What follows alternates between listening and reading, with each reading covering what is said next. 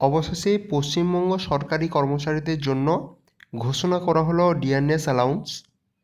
আপনাদের আগেই আমি একটা ভিডিওর মাধ্যমে জানিয়ে দিয়েছিলাম যে আপনাদের আসন্ন যে বাজেট রয়েছে সেই বাজেটে আপনাদের ডিএ ঘোষণা করা হবে। আপনারা চ্যানেলে গিয়ে সেটা দেখে নিতে পারেন এবং 4% ডিএর কথাই আমি সেখানে বলেছিলাম।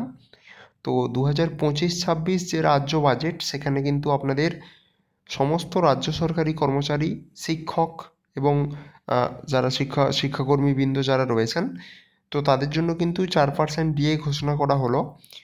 পশ্চিমবঙ্গ সরকারি কর্মচারীরা আগে থেকেই 14% ডিএ তারা পেত এবং এই 4% ডিএ পাওয়ার ফলে তাদের ক্ষেত্রে কিন্তু সেই ডিয়ারনেস অ্যালাউন্সের পরিমাণটা বৃদ্ধি পেয়ে হয়ে গেল 18%।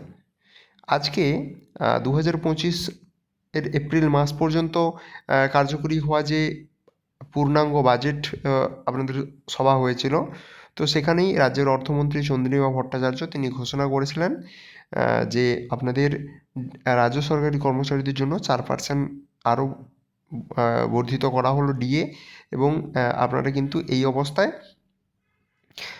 আপনারা 18% করে ডিএ আপনারা পাবেন। ইতিমধ্যে কেন্দ্রীয় সরকারের তরফ থেকে অষ্টম পে কমিশন ঘোষণা করা হয়ে গেছে এবং তাদের কিন্তু বেতন যেটা সেটা এক ধাক্কায় 10 থেকে 30% হারে বাড়তে চলেছে।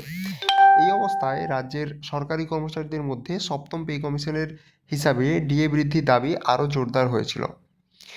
তো সেই হিসেবে কিন্তু এই আপনাদের আরও যে 4% ডিএ সেটা ঘোষণা করা হলো এবং এটা আপনাদের কিন্তু এপ্রিল মাসের 1 তারিখ থেকে এটা আপনাদের এফেক্ট হবে এবং তারপর থেকে আপনারা 18% ডিএ হারে আপনাদের যে স্যালারি সেটা ক্যালকুলেশন করতে পারবেন।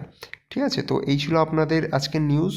আর যখন অফিসিয়াল নোটিফিকেশান বেরোবে আপনাদের আমি সেটার ভিডিও করে আপনাদের জানাবো। ধন্যবাদ।